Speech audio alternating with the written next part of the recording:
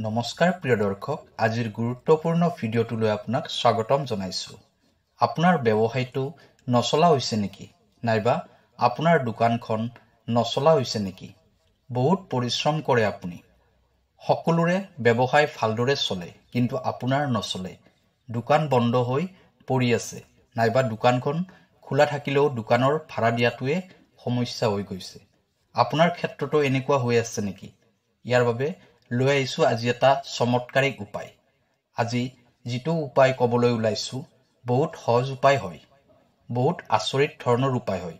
উপায়টো কৰাৰ পিছতে ইয়াৰ পৰিণাম আপুনি লাভ কৰিব পাৰিব। প্ৰিয় দৰ্শক, আছামিজ এষ্ট্ৰলজীলৈ আপোনাক স্বাগতম জনাইছোঁ।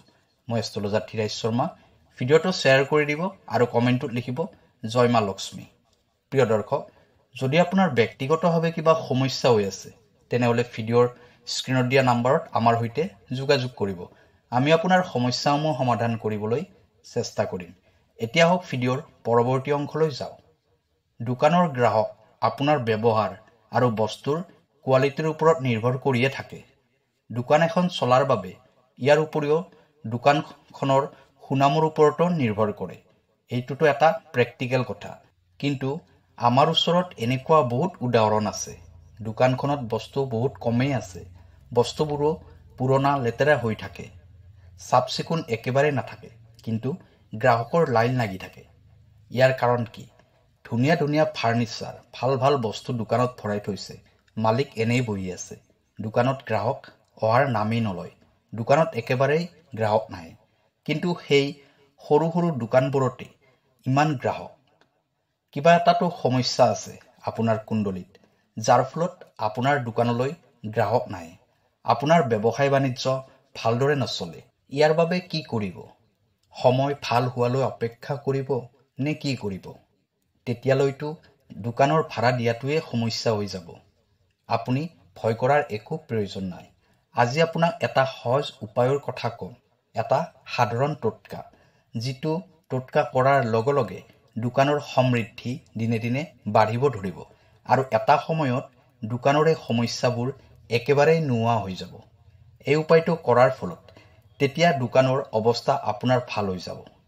গ্ৰাহকৰ লাইন লাগি থাকিব। এটা কথা মানি ল'ব যে উপায়টো আপুনি কৰিলে আৰু আপোনাৰ দোকানৰ ভাগ্যৰ তলা খুলি গ'ল। ভয় কৰাৰ একো প্ৰয়োজন নাই। আজিৰ ভিডিঅ'টোত আপোনাক এই সকলোবোৰ কথা জনাই দিয়া হ'ব। এই উপায়টো কৰিবলৈ তেনেকুৱাকৈ কোনো টকা পইচা খৰচ কৰাৰো প্ৰয়োজন নাই। একেবাৰে সহজ উপায়। এই উপায়টো আপুনি শনিবাৰৰ দিনা কৰিব লাগিব। গোটেই মাহটোৰ ভিতৰত যিকোনো এটা শনিবাৰত এই উপায়টো আৰম্ভ কৰিব লাগিব আৰু একেৰাহে 7টা শনিবাৰত উপায়টো কৰিব লাগিব। যিয়ে দোকানখন খোলে, যিদৰে এখন দোকানত 2-3জন মানুহ বহে, এখন ঘৰৰে 2জন ভায়েক দেউতাক এনেকৈ দোকানখন চলায়। যিজন ল'ৰাই দোকানখন ৰাতিপুৱা খোলে, নাইবা যিজনী মহিলাই ৰাতিপুৱা দোকানখন খোলে।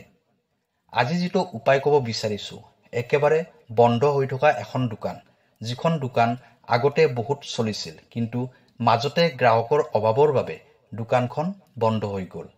লাহে লাহে দোকানৰ গ্ৰাহক কমি আহিল, অৰ্থাৎ বছৰ বছৰ ধৰি এই কুণ্ডলীৰ দুখ চলি আছিল। আজিৰ উপায়টো কৰাৰ ফলত দোকানখন আকৌ আগৰ দৰে চলিবলৈ আৰম্ভ কৰিব। শনিবাৰৰ পৰা আপুনি এই উপায়টো কৰিব লাগিব। মুঠ 7টা শনিবাৰ এই উপায়টো কৰিব লাগিব। আপুনি কি কৰিব লাগিব? যিজন ল'ৰাই ৰাতিপুৱা দোকানখন খোলে, নাইবা যিজনী মহিলাই ৰাতিপুৱা দোকানখন খোলে, তেওঁ কি কৰিব লাগিব? ঘৰৰ একেবাৰে পৰিষ্কাৰ হৈ থকা বাচন এটাত, যিটো বাচনত কেতিয়াও নন ভেজ বনোৱা নাই, অৰ্থাৎ মাছ মাংস বনোৱা নাই, সেই বাচনটো এটা নিমখীয়া খোৱা বস্তু বনাই ল'ব। যিকোনো নিমখীয়া বস্তু বনাব পাৰে। নিমকি বনাব পাৰে, কচুৰি বনাব পাৰে, মুঠতে যিকোনো নিমখীয়া বস্তু বনাব। ময়দাৰে বনাওক, আটাৰে বনাওক, মুঠতে যিকোনো নিমখীয়া বস্তু হ'ব লাগিব। বেছিকৈ নবনাব, অলপ বনাব। ঘৰত যাতে কোনেও সেই বস্তুখিনি নাখায়। যিমানখিনি বনাই গোটেইখিনি আপুনি দোকানত লৈ যাব। ঘৰত অলপো এৰি থৈ নাযাব। আপুনি ৰাতিপুৱা দোকানখন খুলিলে, দোকানখন খুলি লৈ ভালদৰে চাফ চিকুণ কৰিলে, তাৰপিছত আমি যেনেকৈ মন্দিৰত প্ৰসাদ দিওঁ, ঠিক তেনেকৈ দোকানত থকা মন্দিৰত সেই নিমখীয়া বস্তুখিনি প্ৰসাদ হিচাপে আগবঢ়াই দিব। আপুনি চাগে আচৰিত হৈছে, ভগৱানক আৰু নিমখীয়া প্ৰসাদ আগবঢ়াই দিমনে? একো নহয়, আপুনি কেৱল কৰক এইটো উপায়। ভালদৰে চাফ চিকুণ হৈ থকা পাত্ৰত আপুনি কেৱল বস্তুখিনি বনাব। এইটো এটা উপায় হয়, অৰ্থাৎ বেমাৰৰ এটা মেডিচিন হয়। সেইবাবে নিমখীয়া বস্তু দিয়া বুলি আপুনি একো চিন্তা কৰিব নালাগে। আপুনি কেৱল নিমখীয়া বস্তু ঘৰত ধুনীয়াকৈ বনাই আনিব। শনিবাৰৰ দিনা ৰাতিপুৱা গোটেই দিনটো এনেকৈয়ে থাকিবলৈ দিব। গধূলি সময়ত আপুনি সেই নিমখীয়া বস্তুখিনি দোকানৰ মন্দিৰৰ পৰা উলিয়াই আনি ক'লা ৰঙৰ কুকুৰক খাবলৈ দিব।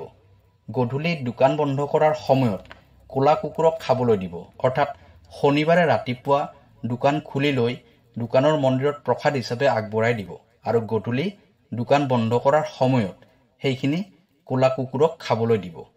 ক'লা কুকুৰে সেইখিনি খোৱাৰ পিছত আপোনাৰ দোকানৰ যি বাস্তুদোষ আছে সেইটো দূৰ হৈ যাব। দোকানত গ্ৰাহক নোহোৱাৰ কাৰণ হ'ল দোকানৰ বাস্তুদোষ। আমি দোকানৰ বাস্তুদোষ দূৰ কৰিব লাগিব, তেতিয়া দোকানত গ্ৰাহকৰ সংখ্যা বৃদ্ধি হ'ব। যদি দোকানখনত কোনো বাস্তুদোষ নাই, তেনেহ'লে দোকানৰ মালিকজনৰ কুণ্ডলীত এইটো সমস্যা আছে। দোকানখন যাৰ নামত ৰেজিষ্টাৰ কৰা আছে সেইজন ব্যক্তিৰ কুণ্ডলীত কিবা সমস্যা আছে, যাৰ বাবে দোকানখন লাহে লাহে নচলা হৈ গৈ আছে তথা দোকানখন বন্ধ হৈ গৈছে। দোকানৰ ষ্টাফ নাইবা দোকানত কোনোবা বেলেগ মানুহ বহে, তেওঁলোকৰ ভাগ্যৰে দোকানখন নচলে। যাৰ নামত দোকানখন ৰেজিষ্টাৰ হৈ থাকে তেওঁৰ ভাগ্যৰে দোকানখন চলে তথা তেওঁৰ কুণ্ডলীত থকা দুখৰ বাবে দোকানখন বন্ধ হৈ যায়। ইয়াৰ বাবে আজি যিটো উপায় ক'বলৈ ওলাইছোঁ, সেই কুণ্ডলীত হৈ থকা দুখটো সমাপ্ত হৈ যাব। প্ৰথম শনিবাৰটোত আপুনি এইটো উপায় কৰিলে, তাৰ পিছৰ শনিবাৰটোতো আপুনি এনেকৈ কৰিলে, তাৰ পিছৰ শনিবাৰটোতো এনেকৈ মন্দিৰত নিমখীয়া প্ৰসাদ আগবঢ়াই দি গধূলি দোকান বন্ধ কৰাৰ সময়ত ক'লা কুকুৰক খুৱাই দিলে। নিমখ এটা এনেকুৱা বস্তু হয় যাৰ দ্বাৰা আমি সকলোবোৰ বাস্তুদোষ দূৰ কৰিব পাৰোঁ। শনিবাৰৰ দিনা নিমখ পানীৰে ঘৰ মুচি সেই পানীখিনি পেলাই দিয়াৰ পিছত ঘৰৰ বাস্তুদোষবোৰ দূৰ হৈ যায়। এই যে আপুনি নিমখীয়া বস্তু বনাই দোকানত প্ৰসাদ দিব, ইয়াৰ ফলত দোকানখনত যিমান নিগেটিভ এনাৰ্জি আছে সেই সকলোবোৰ সেই নিমখীয়া বস্তুখিনিত সোমাই যাব। কাৰণ নিমখত যিকোনো বস্তু পৰাৰ পিছত সেই বস্তুখিনি নিমখৰ পৰা ওলাই যাব নোৱাৰে, আঠা লগাৰ দৰে থাকি যায়। নিমখত সেই এনাৰ্জি আছে, সেই শক্তি আছে, যাৰ ফলত যিকোনো বস্তুকে আকৰ্ষণ কৰিব পাৰে। ওচৰলৈ আহিব পাৰিব কিন্তু ঘূৰি যাব নোৱাৰিব। যিকোনো নিগেটিভ বস্তুক আকৰ্ষণ কৰি লয়। এনেদৰে আপুনি 7টা শনিবাৰত একেৰাহে কৰিব। কুণ্ডলীত থকা দুখবোৰ দূৰ হোৱাৰ লগতে দোকানখনৰ বাস্তুদোষো দূৰ হৈ যাব। 2-3টা শনিবাৰ উপায়টো কৰাৰ পিছতে আপুনি ৰিজাল্ট পাই যাব। প্ৰিয় দৰ্শক, যদি আপোনাৰ দোকান নাইবা ব্যৱসায়িক প্ৰতিষ্ঠানতো এনেকুৱা ধৰণৰ সমস্যা হৈ আছে, তেনেহ'লে উপায়টো এবাৰ কৰি চাওক। ইয়াৰ ফল নিশ্চয় পাব।